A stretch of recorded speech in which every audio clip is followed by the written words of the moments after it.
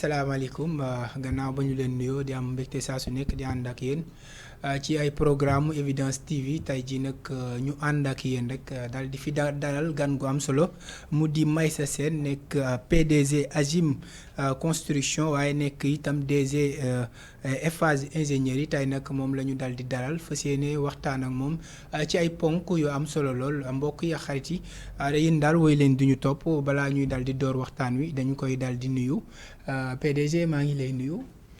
ñoo ngi leen di fay. di am mbégte di la dalal tey fii ci Evidence TV.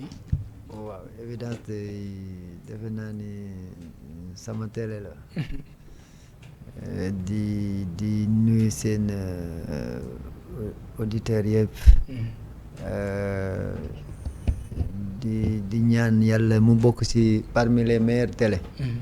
du Sénégal yàlla na leen dem ba leen gis ci bouquet canal. amiin amiin amiin. yàlla am na ko mën na ko. amiin amiin amiin te bu su boobaa xam naa di nga ñëw jàpp ci combat bi. incha allah incha allah. ay ca c'était un plaisir vraiment ñu bokk ak yow plateau tey nag ñu dal di la dalal fas yéene waxtaan ci ay ponk yu am solo waaye d'abord fi ñuy commencer wala man fi may commencer dafa am tur bu ma xaw a marqué bëgg naa ko xam te xam naa ñi ñu seetaan bëgg nañ ko xam muy numéro 10 d'abord lan moo tax ñu lay wax numéro 10. waaw numéro 10 mi ngi bëgg a yàgg de. yàgg na de. tur bi en général. waaw loolu c'est une vieille histoire ça. ñëpp jàpp na ni numéro 10 bi c'est que dama mënoon a football. ou quelque chose te mosuma football. non moom lay ndugal nag. waaw de passage di si nuyuwaale ki ma gën a lakkal ci numéro 10 muy Kéba Seck. voilà. mais numéro 10 bi moom bés dina ñëw ma ñëw fi émission expliqué ko. pour l'instant da ngay ñaan loolu. non damay garder secret. ay ca gars yi mii noonu numéro 10 bi dañ koy dal di garder waaye on va entamer directement li nga xam ne rek moo ñeel waxtaan wi tey mu nekk ay ponk yu am solo dañuy koy commencer ci Meissa Sène nekk ingénieur nekk directeur. waaye itam ñu sentir ne mi ngi ci ay liggéey yu am solo waaye liggéey yooyu day mel ni am na ci ay jafe-jafe ci digganteem ak état Meissa lan mooy problème am ak état bu Sénégal. bon comme vous le saviez donc tey jii nii groupe bi di Agim construction nekk ci pratiquement juróomi pays d'Afrique. y compris le Sénégal. Peut-être siège social bi moo nekk Sénégal. Nous avons eu à réaliser d'importants projets au niveau de la Bissau, du Gabon, et de la Côte d'Ivoire, Guinée-Conakry. Bientôt, nous avons eu à signer déjà, il y a à peu près 4-5 mois de cela, un package de projets à Madagascar. Donc que nous devrons démarrer d'ici 2 mois. Donc aujourd'hui Agim devrait être la fierté sénégalaise ndax bu dul dara seen doom moo ko jiite. Voilà donc mais buñ reveniraatee ci wàllub liggéey Agim ci Sénégal defe naa ni buñ fiy cité duñ fi jóge tey. réalisation yi am na waaw mais da ciy baax état des fois njiitum réew bu dee da nga am sa doom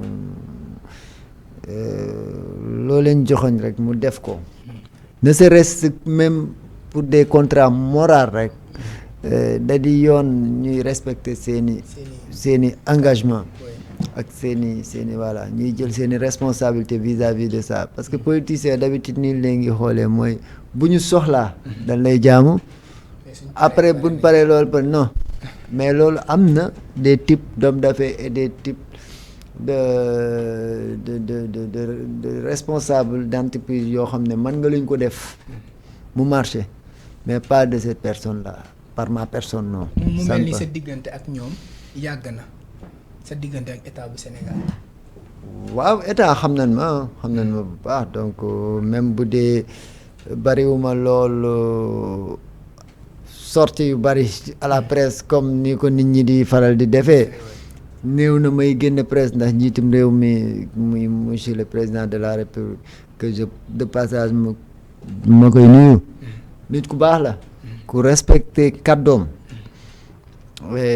ñun tous les problèmes aujourd'hui yi nga xam ne ni moo nekk à notre niveau je sais que ni il n'est pas impliqué parce que fond dossier yëpp bu si nekk ñi ngeeg moom dañuy xaar rek xam nga si dañ ne un bon citoyen commence par le respect de ton administration voilà donc da ngay am respect booy jox gëdd booy jox say autorité au-delà de ça nag on pourra prendre d'autres voilà. ku fonk kàddoom la nga wax tout à l'heure ku am respect la kuy jël engagement président Macky Sall mais sa diggante ak moom amul ay problème mu foncier yu ci dox ak lu mel ni wàllum xaalis. waaw président am nga président bu ma nee ku fonk kàddoom la. ku ma xam-xam na ni man du ma jaay kenn. je suis apolitique déjà pour commencer. boobu nañ ci ñëwaat. waaw je suis apolitique. là aujourd'hui si je dis que ni président ku fonk kàddoom la loolu la ko Afrique gi yëpp xamal. nit ku digne la. nit ku respecté boppam la. donc tey njabootam engagement bu ñu am accord bu ñu am. avec des privés comme nous souvent quand ils négocient même ils vont en négociation pour en utilisant le nom du président. pour négocier pour am nit ki. seen arme de lutte. mooy arme de lutte bi ñun yooyu dañ koy xam. maintenant aujourd'hui li ci bon rek mooy peut-être ñàkk respecté bi ñàkk respect aux engagements yi souvent yi ñuy jël moom mooy yóbbu Sénégal foo xam ne dañuy doon liste rouge ba nga xam ne benn investisseur dootul fi bëggati injecté dërëmam mais tey Sénégal regrettera beaucoup de ce grand homme qui est le président de la République Macky Sall man j'en sais quelque chose je sais que ni Sénégal dina ko regretter bu baax. ci bu dem ni mu war a dem. bien sûr que si dem bi mu war a dem. Aïcha loolu dinañ ci dikkaat bu baax a baax mais on va entrer ci li nga xam ne peut-être ñu bëri ñu ngi koy xaar muy sa diggante ak Talla ak Guédiawaye li nekkoon seen diggante ñenn ñi jàpp ne sax yow bokk nga ci nit ñi ko samp biir Guédiawaye tey ñu gis ne am na ay rëq-rëq yu nekk seen diggante. waaw si sujet boobu dama ne woon c'est pas actuellement tollooguñu fu ma ci débattre. parce que joxuma benn gëdd tous ces peut-être points yi ci am ni tey position Racine sur ses engagements vis-à-vis de mon entreprise joxaguma ko benn gëdd je pense que peut-être souvent ñi ma njaboote ñoom ñooy dem vers moom j'ai souvent des retours de rapport yoo xam ne ni dama naan sax peut-être que c'est pas le niveau de Racine parce que séentuwuma ko fa tel que ni ma yàggee waxee ci moom ak li ma yàgg xam ci moom donc parce que Racine fi mu toog maa ko fa ba je le dis à haute voix tey maa ngi ñaan yàlla rek mu delloo ci xelam te bañ a ñaan yàlla ma jéggiwaat benn pas ndax peut-être que ce problème là ku ma séentu ci moom li mu séentu muy li politicien di xalaat souvent l'arme judiciaire ou policière ou l'arme des forces de l'ordre yi bi ñu non ñun les hommes d'affaires aussi on a nos styles. dagguma la mais day mel ni Talla touché na la def na la loo xam ne peut-être àggoo ci sujet bi te ñu sentir benn silence depuis seen diggante xawee am ay ñagas-ñagas ba tey silence bi Maïssa dal di wane si digganteem ak Talla malgré tout malgré parce que ñu ngi jot ay retour ñun tam ak ay rumeurs yu jógee par-ci par-là ci li nga xam ne dox na seen diggante ci yenn engagement yoo xam ne defal nga ko engagement bi mu si jëloon en retour fayu la ko lan moo waral silence bi depuis lors dégguñu nga wax ci ba tey jii nu ngoo wax ci loolu. non mooy li ma wax rek dama ne niveau négociation bi bi ñu toll jamono ji maak Racine Talla monsieur le maire Racine Talla dafa doonagul un dossier bu nekk à ma portée toujours année que dossier bi dafa nekk ci samay adjoint ainsi de suite c'est à leur niveau aujourd'hui yegseegul ci yow. waaw bu yegsee ci man di Racine dina xam ne ni fi mu toog maa ko fa ba yow kon na nga jàpp ne tey Racine peut-être waru la mën a def lii wala li commencé. Vous n'avez pas bien compris ma réponse. J'ai dit. jotagoo ci mbir mi. na ñaan yàlla. nga bañ ci dugg. ma bañ ci dugg. j'ai bien compris mais yow li la tënk ba tey nungoo goo dugg ci mbir mi. non je pense que ni sëñ bi kulóo naa débat bi dama ne la Racine Talla niveau bi mu toll. déggaguma man il faut que ñu ànd ak diplomatie. man Racine dama sentiroon benn diplomatie bu voilà bu sori dama gisoon ci moom kilifteef et je pense que ni ba léegi ni jógeegul fi moo ko li woon ndax bu dul dara c'est une haute autorité malgré tout c'est une haute autorité donc bu ma respecté boo leen xoolee si quelques sorties yu ma mës a def à la télé ou ci presse bi li ma xam ci moom rek laa wax donc quand je dis que ni fi mu nekk maa ko fa baax parce que mooy li may wax rek souvent ñun on est malchanceux ñun sénégalais yi autorité bi day jël li ñu bokk ñun ñëpp utiliser ko contre doomam mais yàlla dafa def ne ni li Ivoirien naan la vie change dañoo toll ci monde boo xam ne nii y a d'autres solutions et d'autres solutions on n'est plus appelé à vivre les conditionnalités des politiciens boobu vie jeex na boobu dañ ciy gërëm président Wade daf ñu ko jàngal comment atteindre un homme d'État, comment atteindre une autorité qui abuse de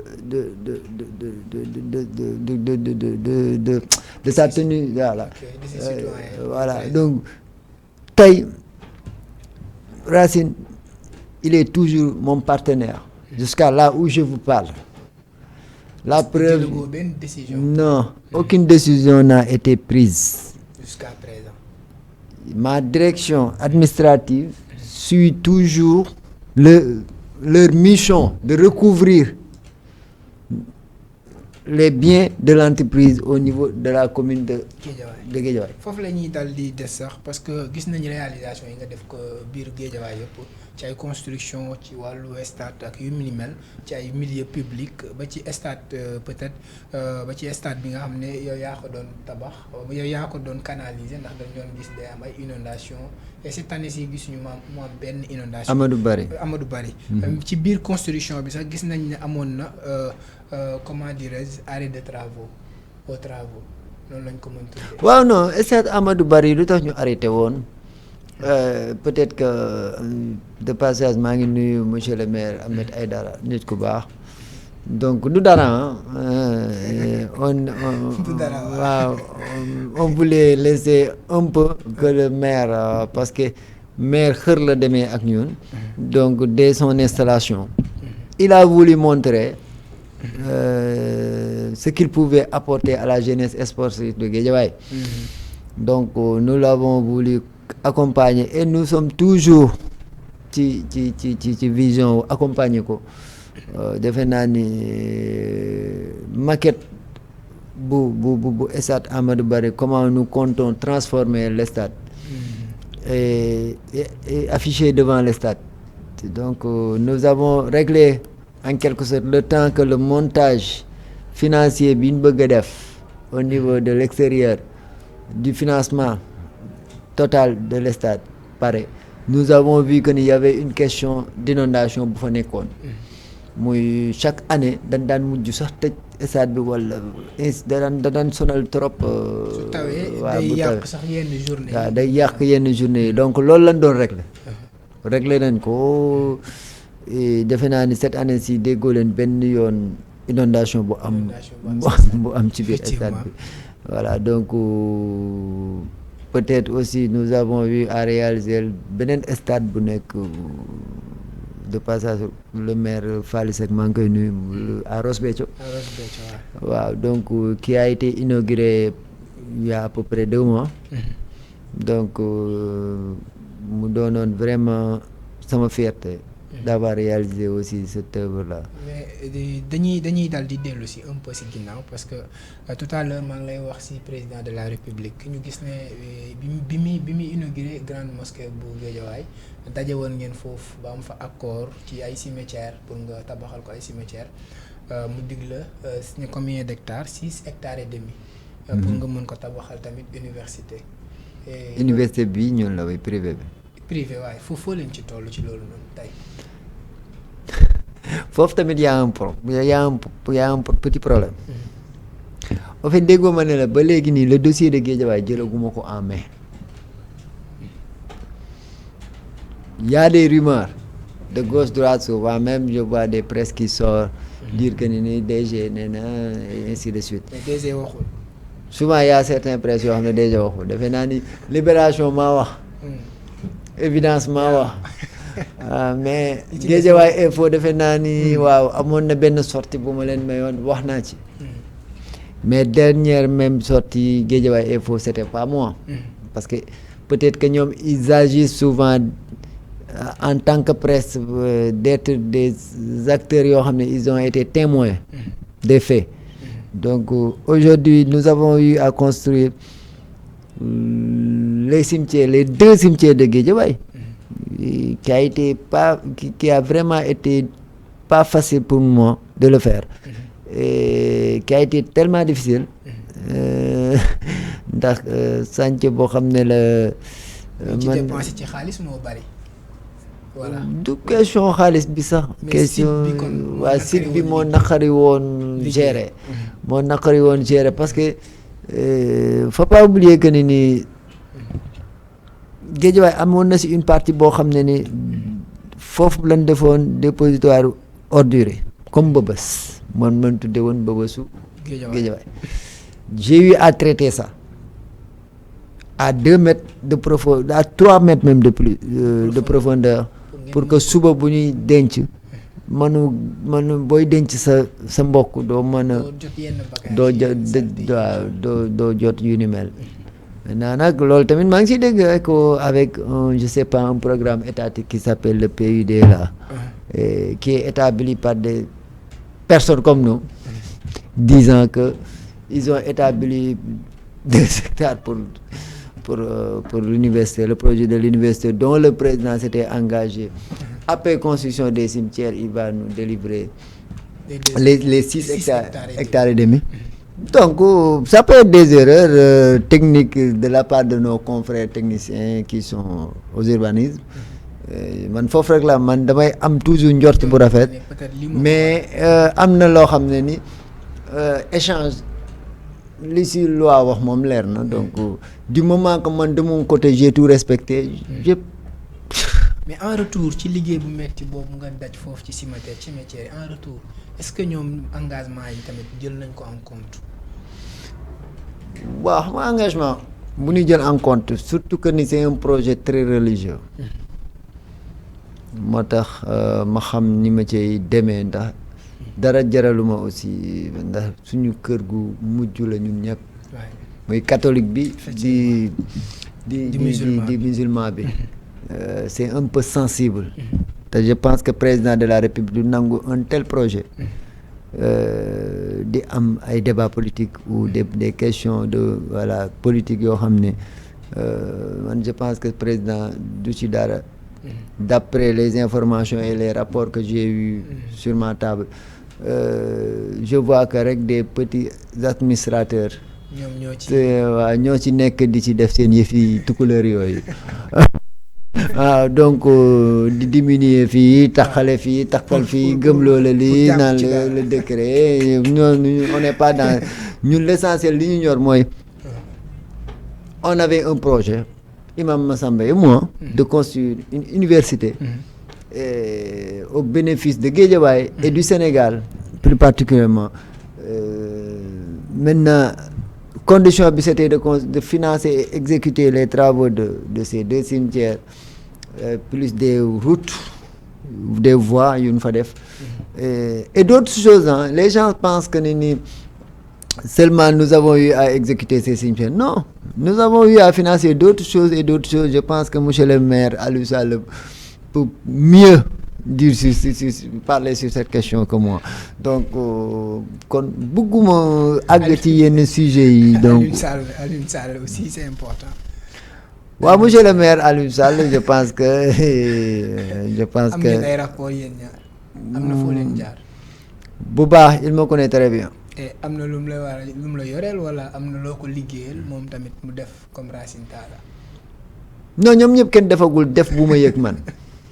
parce que man bu ma ko yëgee non non au fait bu ci benn autorité jàpp ne defagul nga ma lu ma yëg ndax bu ma yëgee nga xam ne yëg na. boo yëgee di nga réagir. mais au fait ce qui est malheureux mooy réaction yi nar a am ak ñoom fi ñu koy xaaree pour pouvoir utiliser ce mécanisme là. pour génn si retarder ce mécanisme là je ne suis pas dans ça. donc yow pare nga. mais man ni ma amee famille noonu la Aliou amee famille. noonu la Racine amee famille. donc je pense que.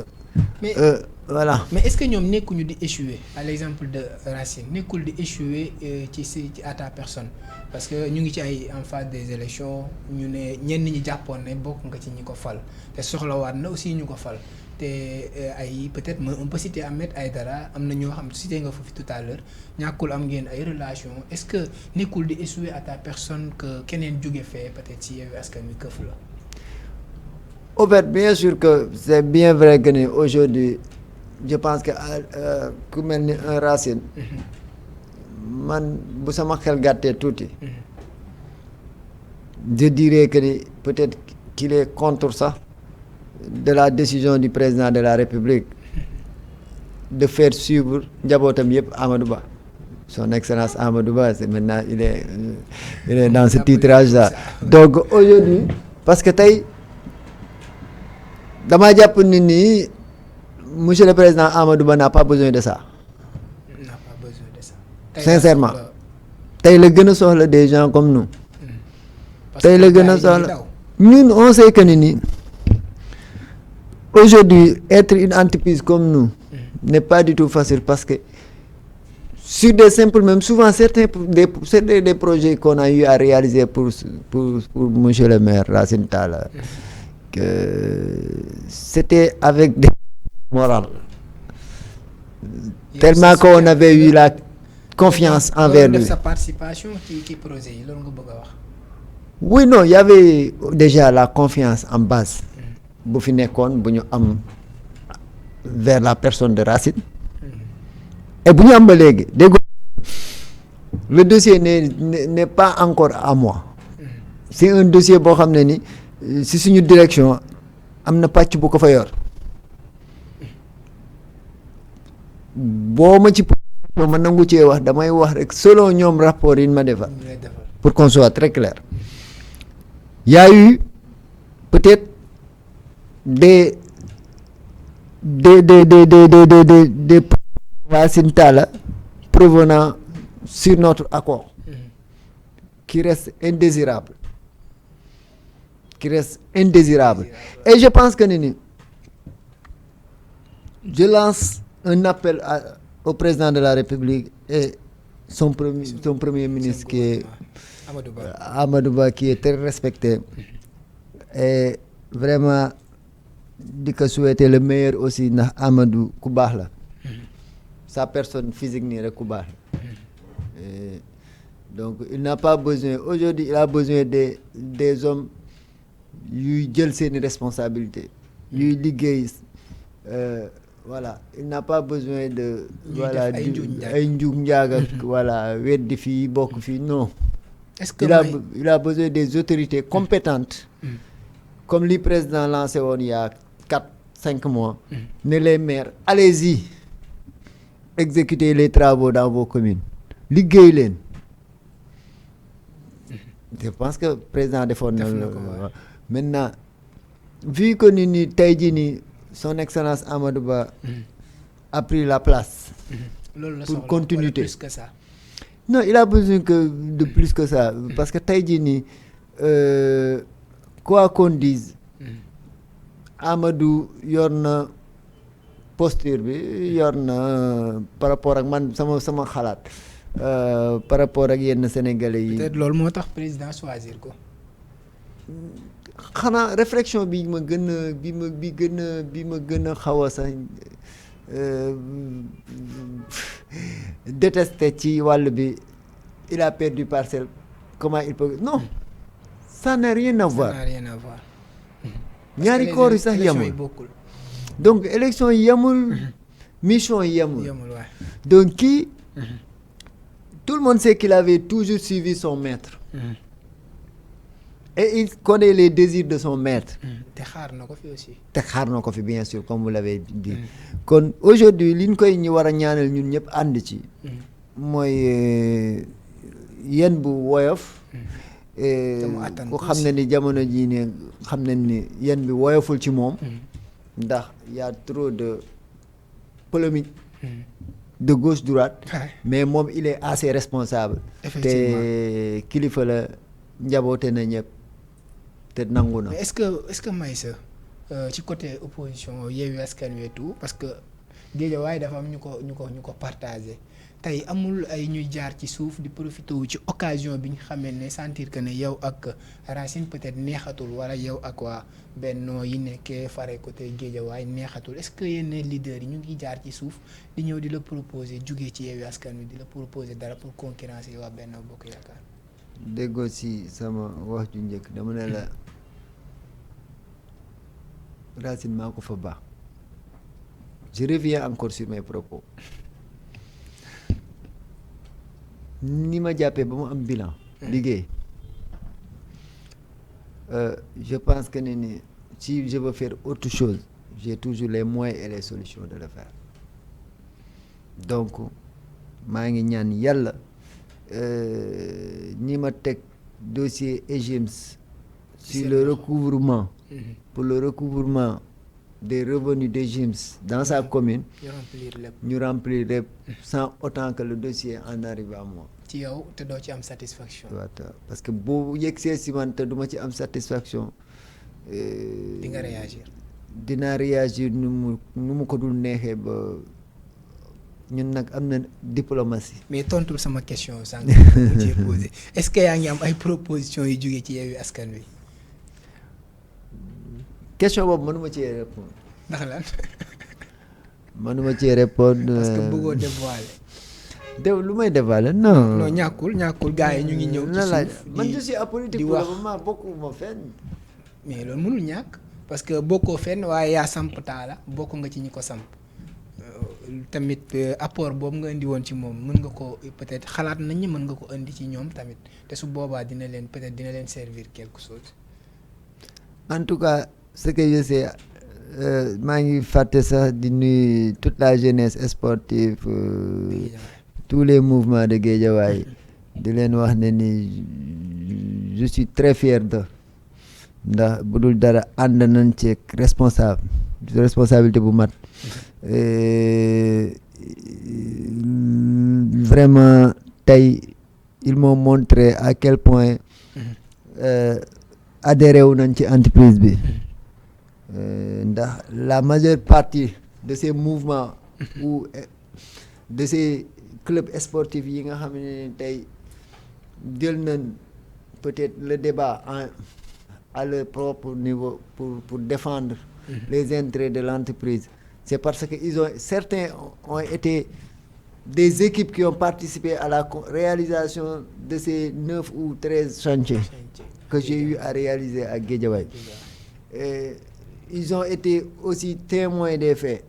Donc, laisser une telle autorité aussi di yor benn doxalin bi ak seen frère.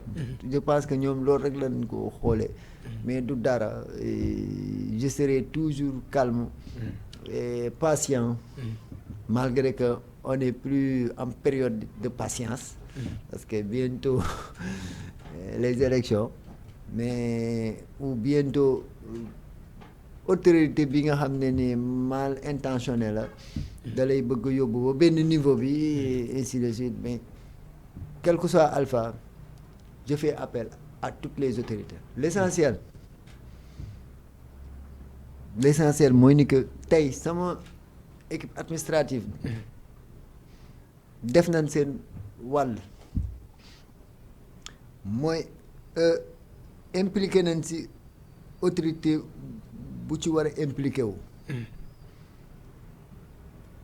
toutes les autorités compétentes ont été avisées à temps muy intérieur du justice ainsi de suite du domaine finance et consorts tollootuñu aussi fu ñuy jëlee askanu réew mi di ko def un partage de gâteau d'anniversaire je vous dis que ni je peux être la bombe à retardement dans ce littoral là et ku ko weddi nag on verra la suite. bombe à retardement jëmale ci état voilà. je veux qu'on arrête de s'amuser avec vraiment li ñëpp bokk nan arrêté di caaxaane li ñëpp bokk te ñu def ko fi ñu ko war a def je peux être la bombe à retardement. kon sa silence bi du ragal da ngay xaar heure bi jot pour nga génn. man dama am kilifa sëñ bi dama am kilifa. moom ngay déglu. waaw moom lay déglu bu ma joxee ndigal. je serai en mission de régler cette question mais aujourd'hui bu dul dara jox naa cër sama administration ba. mais affronter autorité étatique tamit nekkul risque ci yow. risque ci ban fan. je sais autorité pas buy parce que sàcc dañ koy donc risque la nga songu ko. te ñime nga ko song yow. ah si bien sûr pourquoi pas pourquoi pas nul n'est au-dessus de la loi nul n'est au-dessus de la loi et peut-être que souvent tu vas avec intelligence rek et autorité bi armam dégg ko ma ne li ñëpp bokk c'est-à-dire ñoo war a xoolaat seen bopp qu'on les utilise pas sur leurs frères ou peut-être voilà je pense que la justice récemment nii la justice a tranché. waay a tranché dinañ ci ñëw sur une question. dinañ ci ñëw boo xam ne ñëpp yëg nañ ko. dinañ ci ñëw mais damay bañ nga romb benn question parce que tout à l'heure vous avez parlé de la population de Guédiawaye peut-être jeunesse bi ak ñu mel noonu ban rapport nga am ak jeunesse su Guédiawaye wala ban ci nu ma ko mën laajee question bi soutien bi ngi est-ce que tey Maïssa mu ngi am soutien buy jugee ci jeunesse su Guédiawaye wala si population Guédiawaye ci question bi nga xam ne moom la ñuy traité nii. man la ñuy déglu kon quand j'ai dit man nitu jàmm la je sais de quoi je parle bu ma doonul woon nitu jàmm lu bari day xew moo tax may def appel à son excellence monsieur le président de la république bi nga xam li nga xam ne ni liggéey na ba fin presque ba war a dem bu mu nangu benn autorité pour son propre intérêt ou ses propres erreurs pour ne pas utiliser des termes. mais président yëg na li xew ci dëkk bi je pense que est-ce que mos na la ci wax dara maanaam alerter la pour ne la bul def lii bul def lii bul def lii. pour vous dire le niveau d'information du président de maax yow moment bi ñuy wax sa boo moytul yëg na ko.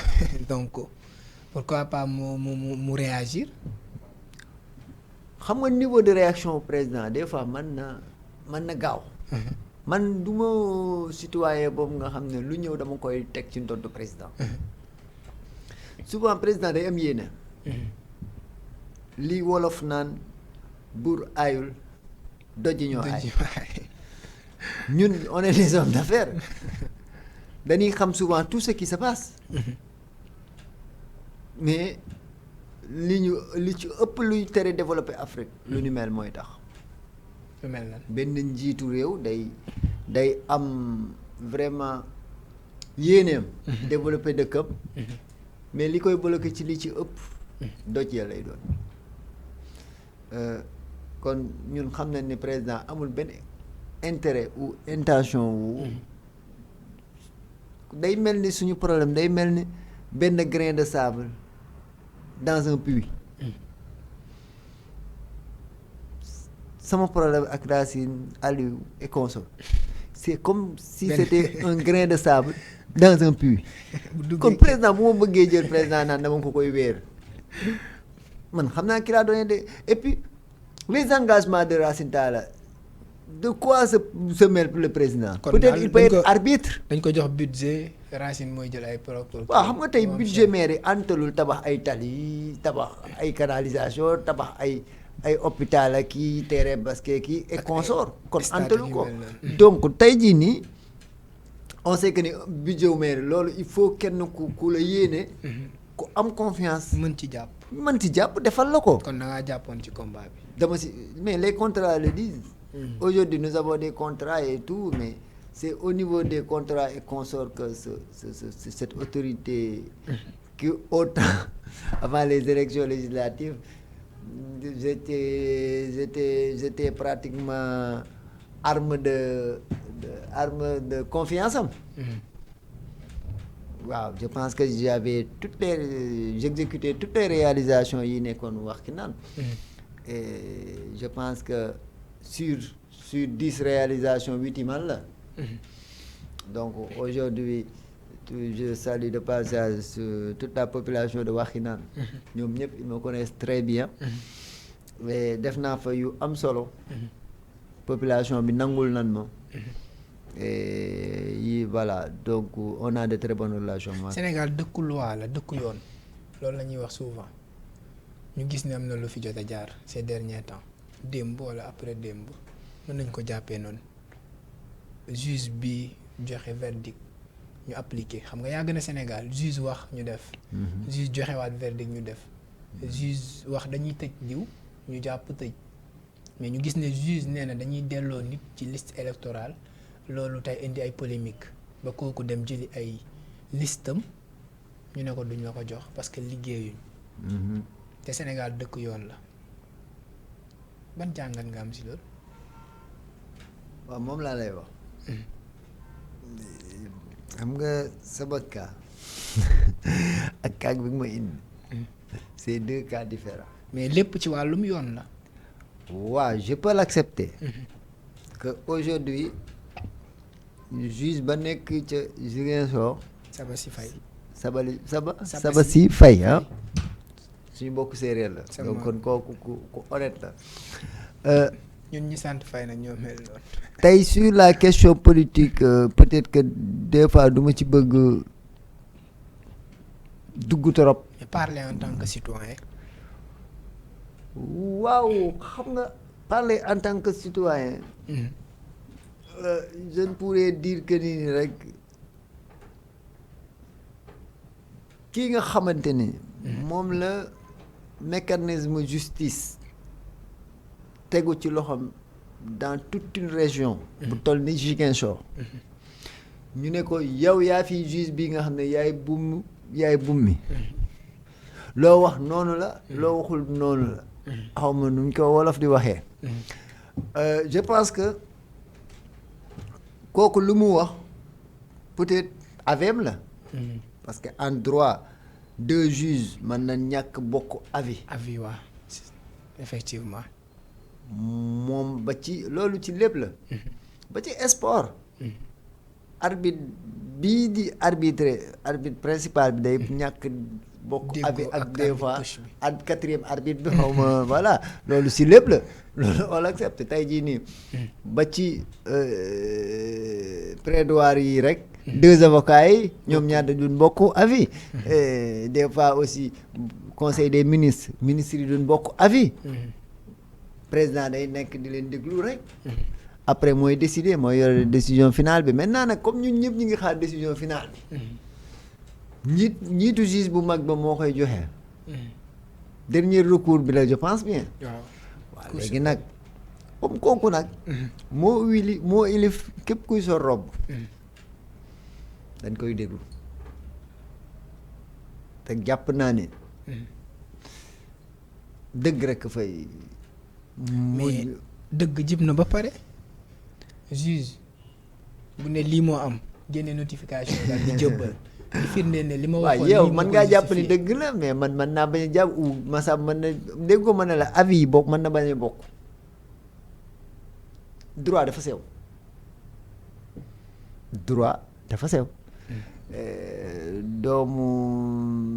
doomu nitu droit la ndax mon père était avocat international bu dul dara daan naa dégg ci ay waxam mu ne droit kenn du ko mokkal ba mu mag moom médecine ñooyam médecine nul ne peut avoir la formation totale et ou intégrale daa am loo pàcc yoo ci man am yoo ci teel juge tamit am na juge yu am man ci pàcc bi am pàcc bu leen ñàkk jublu. xam nga Ousmane Sonko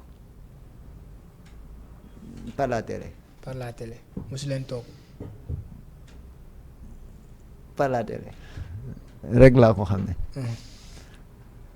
amu leen benn relation yéen ñaar ku baax la par la télé waaw li ma xam ci moom ku baax la daal. xel mooy sa kàddu gu mujj parce que temps bi dab nañu. waaw suñu kàddu gu mujj daal mooy ak lu mënti doon ci wàll bi nga mujjee ñëw noonu. Ousmane frère président la. ñu ñaan yàlla jàmm ñëw seen diggante. te ku ci mën a dox tegeel question politique bi nële te xam ne kaso kenn waru ko yéene sa benn moroomu jullit même bu dee yaa que des hommes là-bas mais du lu ñuy yéene koo xam ne am na avenir peut-être ci wàll bi ñu koy peut-être bi mu nekk en combat quoi qu'on dise am na ci avenir parce que il a des visions lui xam nga politique mooy lépp li ma la wax rek lépp ci àdduna ay mënante la rek. ay mënante la waaw donc di ko ñaanal fi mu nekk. yàlla na ko fa yàlla jëlee mu dellu ci arène bi mu nekkoon. amiin bu dee moo gën ci moom. di ñaanal son excellence monsieur le président de la république Macky Sall yéene bi mu am. ci Sénégal aussi yàlla antul ko. ba mu yeggale li mu fi dese. ba mu réaliser même xam nga état continuité la xam nga la phrase continuité boobu ñuy wax état continuité la mën na doon continuité bi mën na nekk sur la personne sax Amadou Ba peut être la continuité du président Macky Sall. il le sera bu nekkee président loolu moom du question. waaw je pense que ne il peut l'être nee naa la nit ku ma am yaakaar ci moom la. je pense qu'il peut l'être je pense que ni am na posture bi nit ku voilà nit ku carré la. loolu laa xam ci moom d'après li ma gisagul ci moom nit ku am vision la daal donc nit koo xamante ne la il a toujours suivi son maître. xam nga loolu c'est très important vous oubliez que ni Macky Sall avait toujours suivi son maître. ci tànk yooyu la moom. Macky Sall son excellence monsieur le président Macky Sall avait suivi son maître président Wade. Amadou Ba aussi ci tànk boobu la jaar. donc moo tax man ma am yaakaar ne ni ñun li ñuy séntu ci moom di leen ko am ndax ku xam président Wade xam na ni il a beaucoup fait pour le Sénégal. donc président Macky ñëw aussi. def lu raw la maître am defoon kon je pense que Amadou sax il peut faire mieux que Macky. mieux que président Macky Sall et loolu la j'espère que ni loolu day am. ayca di la jaajëfal c'était un plaisir. pareil partage. di la jox beneen peut-être beneen yoon dinañ yaatalaat ci yeneen point yu bokkul ak yi nga xam ne ñëw nañ ci tey wala dossier bi fu mu toll rek dinañ xam fan la toll. waaw non je pense que dossier bi moom tey lañ ci mujjee wax. ayca kon di la tàggu yéen lañ joxoon rek. chance boobu. waaw chance Racine dégg li nga xamante ni. moom moo considération yi ñu am ci moom. que ni dara changé wu si ba fi ñu taxaw. mais dañ bëgg rek mu delloo si autorité la kilifa la ci réew mi ñëpp a ko jox gëdd. ayca tàggul mbokk yi. ñoo ngi bu dee am na luñ ci wax loo xamante ne peut-être niveau tolluwaay suñu vision ci mbir yi. moo ñu koy yóbbee. di ziyaare sëñ Mountakha Bassirou suñu sëriñ suñu baay. di nuyu suñu bàjjen soxna Bali et tout voilà di nuyu sëñ Bassirou ma sëñ Fallou et puis di ziyaare ñëpp ñun waa Touba lan. waaw donc je pense que di nuyu son excellence monsieur le président de la République et avec tout son gouvernement di nuyu opposition bi tamit ci bopp ba ci cat bi waaw di nuyu waa Guédiawaye yëpp ak waa Yoff Ngor Wakaam ainsi de suite.